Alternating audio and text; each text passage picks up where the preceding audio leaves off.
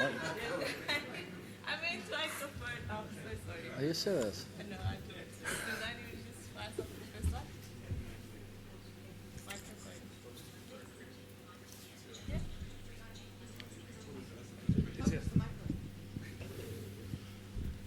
Maybe where does that loss rank in the long list of South African tournament exits?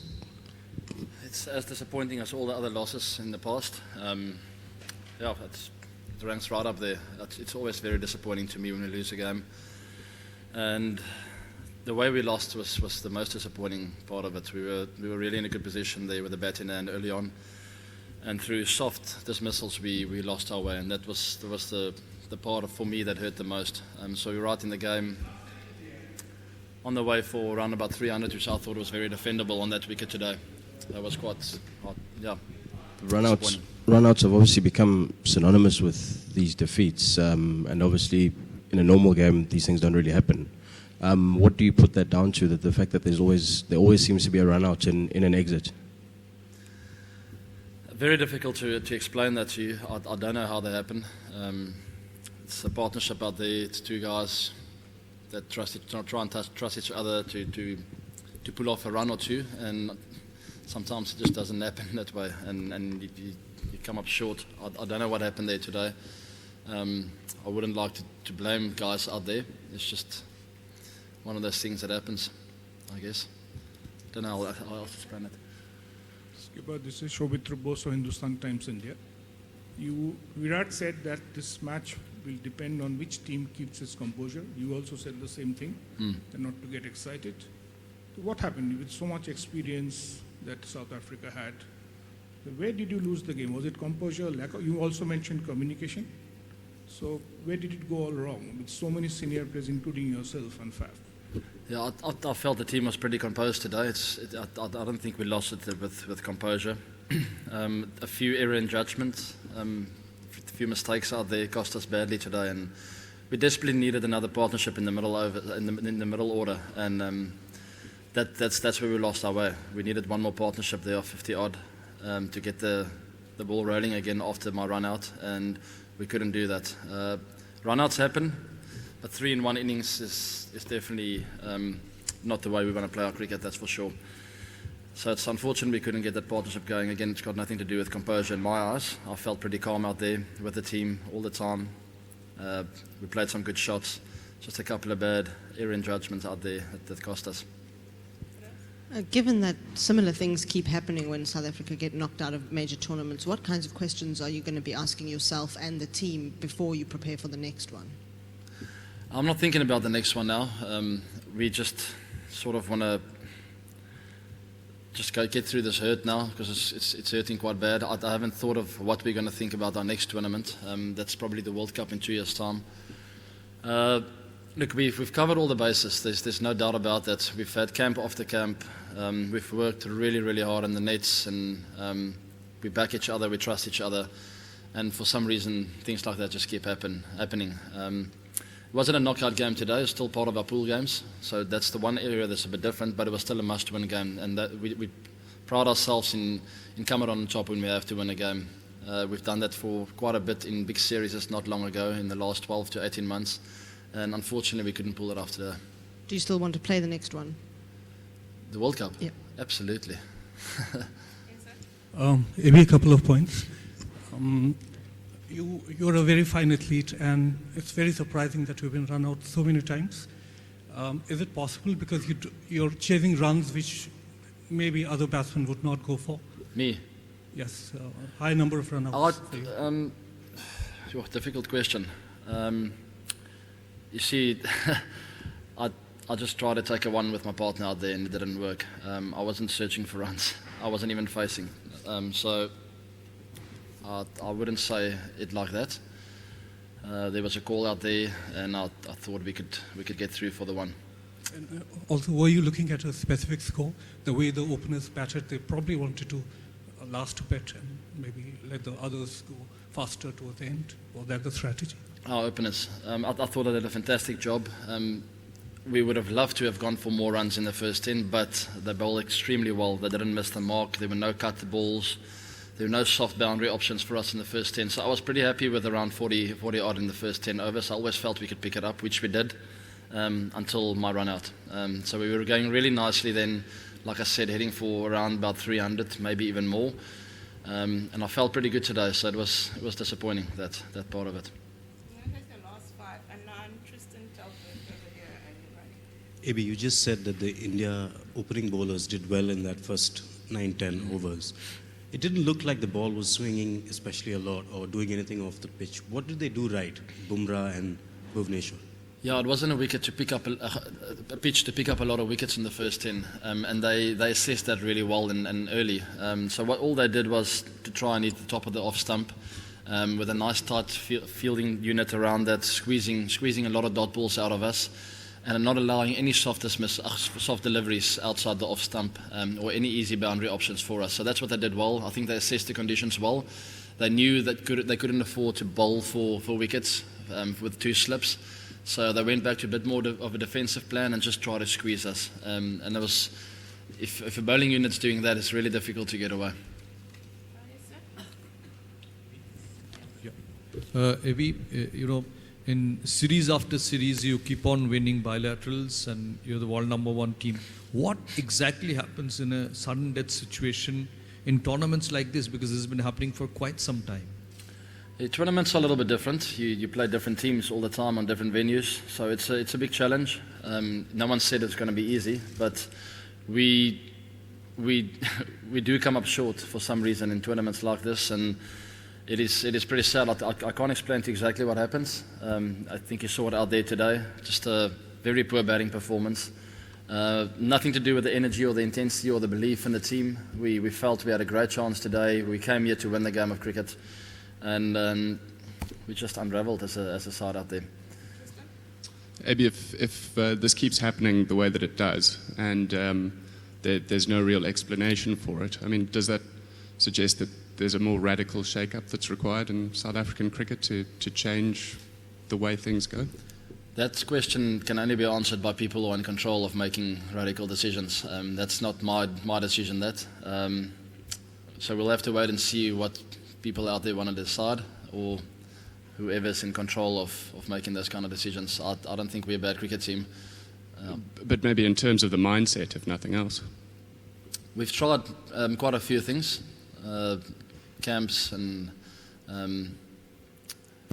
psychologists, whatever you want to call it. There's been quite a few game plans around that, and in my mind, that wasn't the problem. It wasn't a mental thing. We just didn't play well. Maybe I'm sure it's not much fun coming here and trying to explain what's happened, and I'm sure it's much more difficult trying to keep a grip on what's going on when it goes wrong out there. But why do you still want to be the captain, if you still want to be the captain?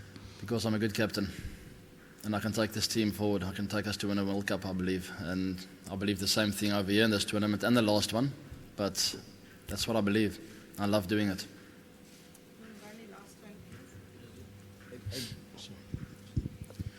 Does it feel further away than ever? I mean, 2011, 2015, you seem to be getting closer and closer. And now this, you don't even get out the group stages. The more that you chase this dream of World Cups for this generation especially, does it feel like something that is sort of getting out of reach now? I mean, some people might not make 2019 looking at the way things are going. It doesn't. I must be very honest with you. It's not a lot of people believe me, but I feel it's pretty close. I don't feel it's far away. It's very difficult to say that after a performance like this, but that's what I believe in my heart. I believe we're very close as a unit. There's more than enough talent, and we just gotta get it right when it matters most. Thank you very much, everybody.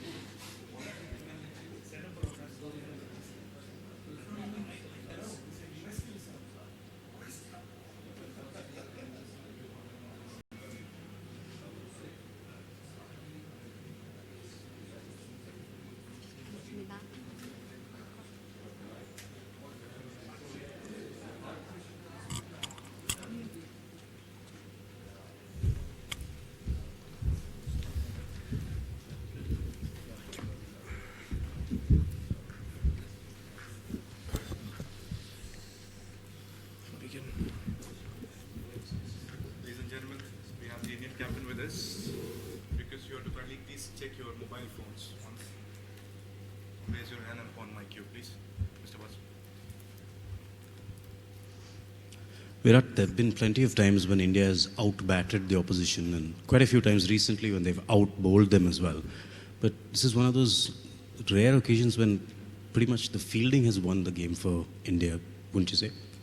Yeah, you could say that. I mean, but the pressure was built by the bowlers, and that I think resulted in those breakthroughs that we got in the field. But it's important to grab those opportunities as well, and thinking about how we wanted to improve our fielding. I think this was something that we required, this kind of a fielding performance. And before going out, we had a chat in the huddle that I want to see everyone's intensity go up, and that is a conscious effort we have to make individually in such a big game.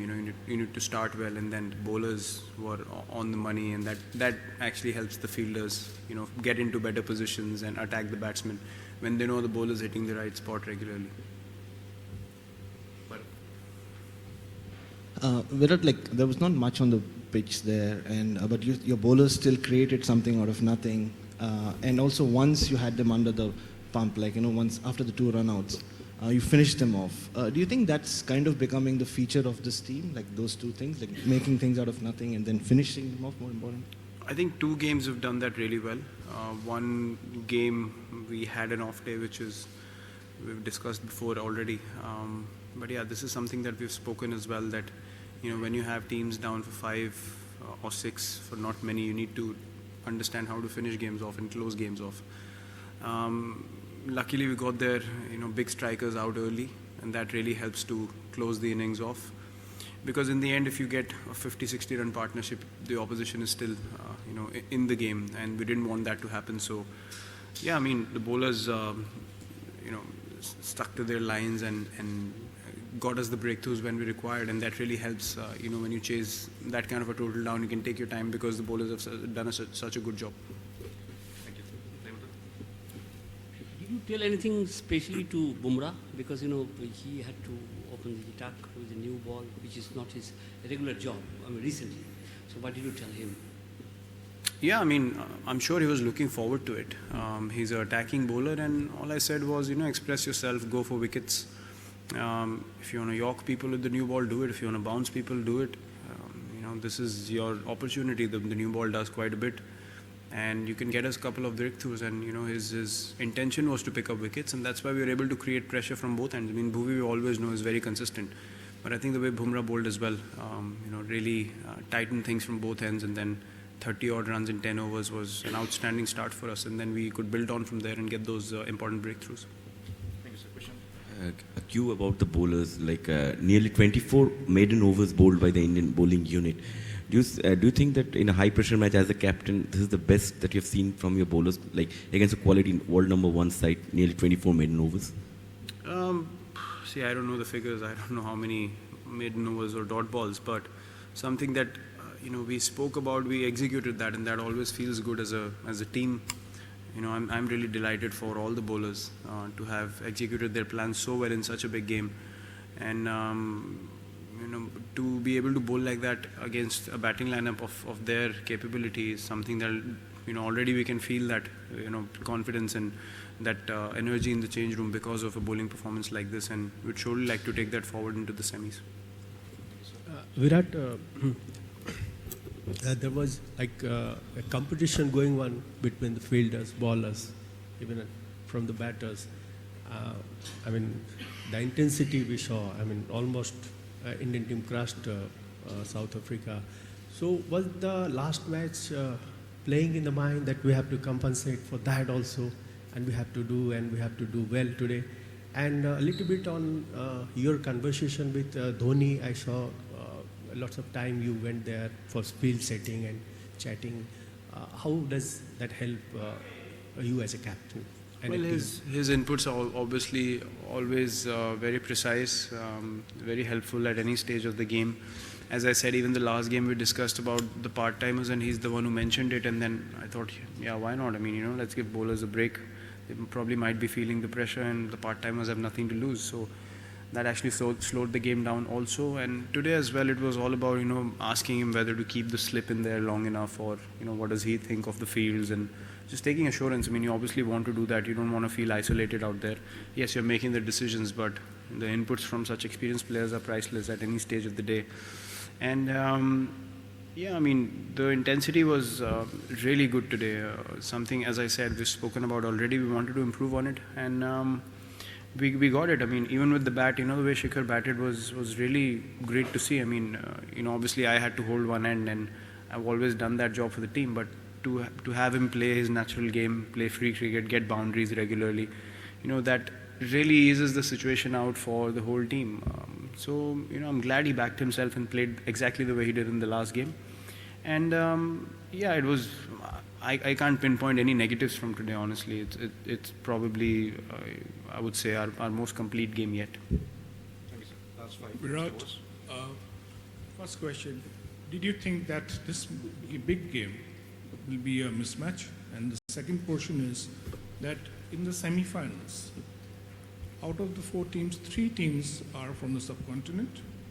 And do you think that the subcontinental teams, due to the proliferation of limited overs cricket that we play, have become better ODI teams in the world?